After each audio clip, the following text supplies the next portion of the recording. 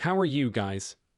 In the XRP community, there has long been a story that said a significant cyber attack would be used to introduce the new financial system, forcing institutions to switch to an amusing enough new system. We're witnessing a massive surge in cyber attacks against some of the biggest companies in the world right now. I want to discuss what this means for XRP and Ripple because we recently received an interview with a bank that uses Ripple, and in it, he discusses how he used the network to help hedge his bets against the SWIFT system. In this video, I'd like to discuss whether or not Ripple and XRP are viable responses to the widespread cyber attacks that are occurring. For now, be sure to remain present for. We're going to talk about this whole thing, which you won't want to miss. Discusses a recent interview with garlinghouse, which you should stay for at the end of the video. If you liked these videos, please remember that this channel appreciates your support. Please remember to subscribe to my channel and give this video a fast like. As I mentioned before, I hope you all appreciate the stuff. In the video's opening scene, we witness a plethora of cyber attacks taking place all around the world right now. These aren't your average small-scale cyber attacks either. Earlier today, the Federal Reserve security system was compromised, with a significant cyber attack that effectively brought the entire thing down. In addition, we witnessed a cyber attack target one of the biggest banks in China, CH, and it appears that this cyber attack brought the entire treasury market to its knees. This is rather strange, as those of you familiar with the treasury market are aware that it is arguably the most significant market in the world at the moment. Considering that rumors were circulating in the XRP community about cyber warfare potentially bringing down the entire financial system, it is extremely concerning that cyber attackers or cyber criminals could bring down the entire treasury market. It appears that if they could bring down one of the largest markets in the world, that very well could be. It's critical to comprehend that.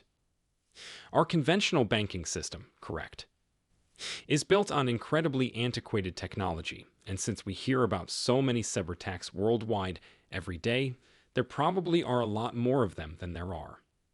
However, they withhold it from us because they genuinely don't want to frighten the people. Our current financial system is based on incredibly antiquated information, making it extremely vulnerable to cyber criminals.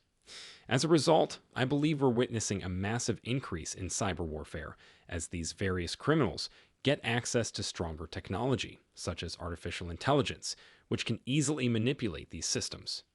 As I mentioned earlier, these cyber criminals had access to technology at a much faster rate than the big institutions, which have to go through several formal testing procedures, update their systems, and train their staff on how to interact with the new ones. Finally, they must obtain various regulatory approvals before updating and implementing the new systems. Cyber criminals, meanwhile, don't give a damn. They will just create a new virus or tool to target these systems. Applied immediately, and they are constantly one step ahead of the major institutions because they don't have to adhere to any of the red tape. Consider what's happening with.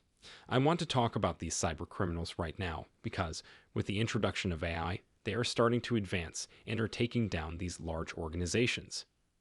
And sort of go toward the realization that XRP and Ripple can be used as a remedy for this. XRP provides a solution for this issue with our present financial system, and I believe the response is in the affirmative.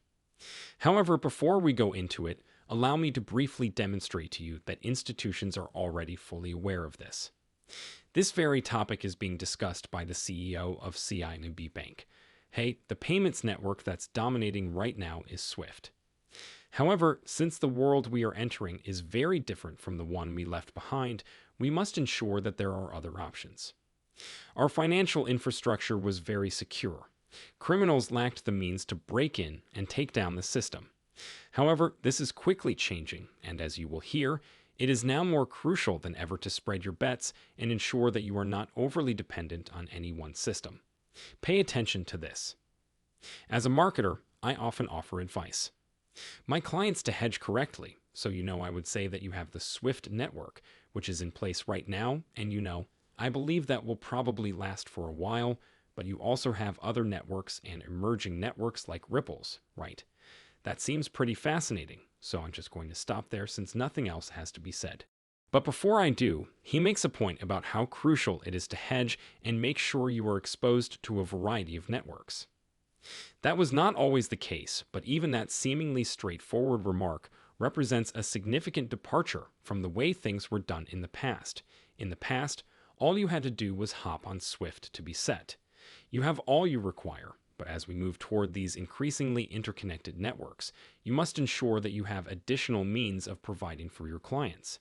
The second thing an intriguing observation I have is that whenever someone discusses these systems and the new Swift system, Ripple and XRP are nearly always brought up.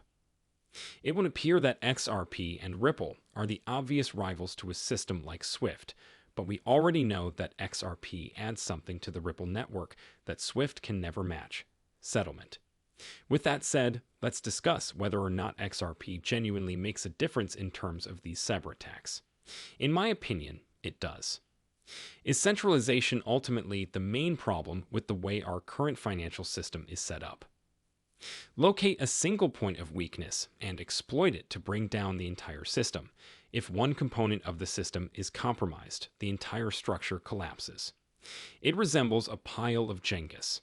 It is not the case that if you poke out a few things and nothing occurs, but if you push out the correct thing, everything can come apart. With cryptocurrency, you can't knock down one thing and topple it because of its distributed and decentralized structure.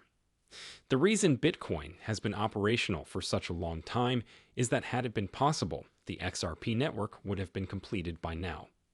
Because these networks are dispersed and decentralized, they are incredibly durable, which explains why XRP has been operational for so long. Consider how simple it is for fraudsters to target these networks. One weakness of the Swift network is that they can focus all of their efforts on a single task, which makes it easier for them. However, bringing down the XRP ledger requires focusing on hundreds of validators worldwide, which is exponentially more difficult than what is being done in the current system. And for that reason, I mentioned at the beginning of the movie that they need to update these systems because they give security that isn't available right now, in addition to being faster and more efficient. Within the established banking system, our banking system is now operating on antiquated legacy infrastructure. Our hackers are more skilled with their tools to undermine these networks and seriously jeopardize them in ways that have never been seen before. Modernizing the infrastructure needed to construct our financial infrastructure on new impenetrable rails is the answer to that problem. By these cybercriminals' lone assaults, for this reason, I believe bank CEOs worldwide are currently conversing. Hey, we have to spread our wagers in opposition to the Swift system and seek to implement new technologies that will be more resilient in the future world. Before I wrap off this video, let me just play you a clip of Brad Garling speaking earlier today. Although this has nothing to do with what we just discussed, I usually remark that Brad Garlinghouse, David Schwartz, and Stuart Alera were really important people at Ripple Talk. We must pay attention, therefore let's. This video ends us. Here in Dubai, Ripple has concluded its premier swell conference. During the event, I had a conversation with Brad Garlinghouse, the CEO of Ripple, on stage. I questioned him about the company's legal struggle with the Securities and Exchange Commission regarding the status of its XRP token and what Ripple's recent victory implies for the SEC's authority in the cryptocurrency market. Hear me out. Ripple has defeated the SEC 3 times in a row on the first verdict was handed down on July 13, stating unequivocally that XRP is not a security in and of itself. Second, the court's denial of their request for an interlocutory appeal. And third, the charges against Chris Larson and me being dismissed with prejudice. So, look at one of the things that people talk about is one of the repetition of the same action with the expectation of a different result is the definition of insanity. The SEC continues to operate in the same manner, repeatedly, and they believe they will likely receive a different result. At one time, and we also had a conversation. In addition, there was a backstage triumph regarding a grayscale that I believe was significant in the US regarding the Bitcoin ETF. Once more, the judge is a government official who is discussing a federal agency within the SEC, stating that the SEC is acting arbitrarily and capriciously. In general, judges are typically attractive. I believe that eventually the SEC will have to take a step back and acknowledge that their approach to regulation through enforcement is flawed. You know, down the center, and try not to sound, theatrical like they are damning words. Just file lawsuits, please. Something needs to break, thus in this instance, leading me through the next steps. The briefing's deadline was today. Timetable for corrections: the SEC is seeking disincentives totaling approximately $770 million. Yes, so what occurs next? Well, I told the joke yesterday during a session I had in Washington. Please provide me the latest odds on. You are aware of the potential, what are referred to as case remedies. In my view, the SEC has forgotten its original purpose, which was to safeguard investors. The question now is, who exactly are they safeguarding along the way, and it? As it happens, the court will decide the as for remedies. We genuinely welcome the judge's judgment. In my opinion, it is important to consider both the securities rules and the extent to which investors were injured in this case, and recognize that there are exceptions for institutional investors, accredited investors, and other groups. But overall, I believe it is a good move for the industry as a whole, not just for Ripple. Not only for Chris and Brad, but also for the entire industry that the SEC has held in check in the US. I'm hoping that this will help the US economy gradually thaw, since we're witnessing the growth of an incredible industry that has enormous potential in the world.